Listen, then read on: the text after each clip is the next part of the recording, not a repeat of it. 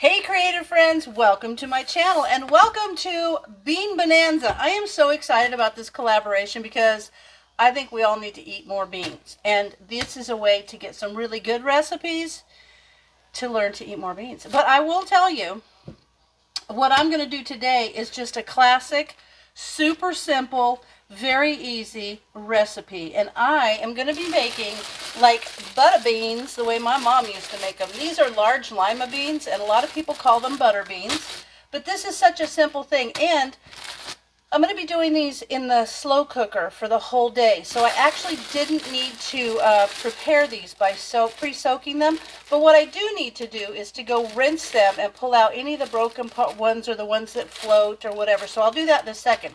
But this recipe is going to call for 1 pound of large lima beans, about 9 cups of water. I like to put a little onion and red pepper flakes in mine, so I'm going to do that. Salt and pepper and ham hocks. And look at these big, nice smoked ham hocks that I got at this. I love these. I have some in my freezer, but I saw these and thought, you know what? Those are going to be perfect for this recipe. So I went ahead and got these. So what I'm going to do is I'm going to go pour off about half of this bag of lima beans. And I'm going to rinse them and pick through them. And then I will be back. Okay, I've got those all rinsed. And some of the, oops, there's another one. Some of the broken ones, I found another broken one. Seems like I'll always continue to find broken ones. But you know what I do when I only use half a bag of like beans or something? I cut across the top of the bag and I keep that little bit. I'm sure that a lot of you do this. And then I just use that to tie the bag shut. Because then if I don't have any twist ties or people put rubber bands around them or whatever, voila, the bag is sealed and it's good enough for later. Okay, so now I'm going to take my slow cooker. Mine has an insert. So I'm going to take that out so that you guys can see. And I'm going to pour in the beans. Oh, I got to chop my onion. I forgot to chop up my onion, but I'll do that. And then I'm just going to put these 2 ham hocks. And these are smoked, and that smoked flavor is going to just be marvelous. So we're going to put those in there. And now I'm going to put a little bit of red pepper flake just because I like that extra zippy flavor. There we go. And then let me cut up my onion and I will be right back. Okay, I cut my onion up and I like it into like good sized pieces because it's going to cook all day, so it's going to get really small and soft, so I don't have to worry about having them small enough pieces. Then I'm going to pour in about 9 cups of water with that pound of lima beans. And this is just going to cook, and it's going to look like a lot of water, and that's okay. Because those beans are going to absorb a bunch of it. All right, now I'm going to put a little bit of salt and pepper in there. So see, this is super easy. And I don't want to put too much salt because of those ham hocks have that smoking. There's a lot of flavor there.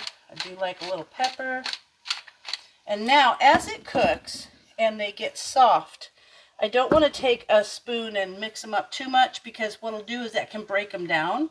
And I want them a nice solid bean. So I'm just going to kind of lightly stir them, but not a lot. Now I'm going to put this in my slow cooker. And then get this plugged in. And my slow cooker has different sizes. So this is the size 4. And I'm going to put it, now you can do it on high for about 4 or 5 hours, or low for 6 or 7, or even up to 8 hours. And some of that will depend on how old your beans are. The older the beans are, the longer it takes them to rehydrate. So it can take a little bit of time. But I'm just going to set this on high, and I'll probably go high for a couple of hours, and then I'll turn it down to low.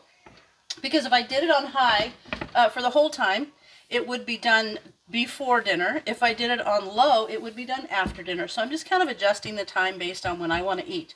So there you have it. Now I'm going to put the lid on, and I'm going to let this pot sit here all day, and we're going to smell it smelling awesome, and it's going to be a great meal. So when we come back, will be after this is all ready to serve, and I can tell you exactly how long it took at that point.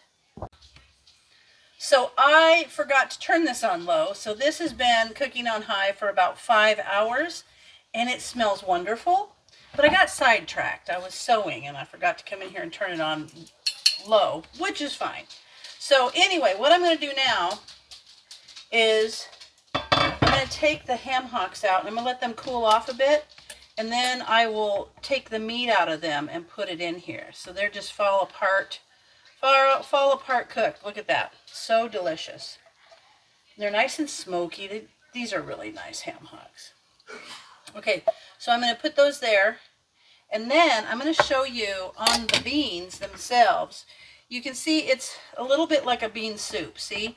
But if you stir this around and kind of break up those other beans, it will make it a little bit thicker. So that's what I'll probably do. But I'm going to let those ham hocks cool down a little bit so that I can pull the meat off. And then I will put it in here. And we will have this with some cornbread for dinner. All right, I put on a couple of gloves and I got as much meat as I could off the hocks. There were big chunks of fat on there, so there's not as much meat as it looked like there would be, which is fine. It's just me and Brian anyway. But I'm saving the bones, of course, because I am going to be making broth, and those are just awesome to put in with some beef bones. So I'm going to put this meat in here. Now you could use like a smoked turkey leg. You could use ham. Just ham from, like, maybe you have leftovers from cooking a big ham or whatever. But here we go. So now I'm going to let this sit here because I've got the cornbread in the oven. This smells so good, I have to tell you. But I think I'm going to stir it around a little bit to give it a little bit more of a creamy texture to it than a soupy texture. So I'm just going to let this sit here until my cornbread is done and we are ready to eat dinner. But I'm going to tell you what. It sure smells good in here. So this is set there. It's time for dinner now, and I just had it on warm, but I also made some cornbread. So I'm going to dish this up, and then I'll have Brian, who has got a broken foot, but he's on a knee scooter, and he is flying around the house like crazy. So I'm going to have him come in and give it a taste test for you. And I'm going to show you the different ways. Brian is not a soup fan. I love soup. So what he likes me to do when we have things like this is to cut the cornbread and put the cornbread in the bowl and put the beans over it. I will have the cornbread separate. So I'm going to do those two plates and I'll bring you right back. So I have mine dished up like this, and Brian has his over the cornbread. So let's just see what he thinks about it. We'll have him do a taste test. See, he's on a little scooter. He's doing a great job. Butter beans and cornbread. Damn, this big, hot.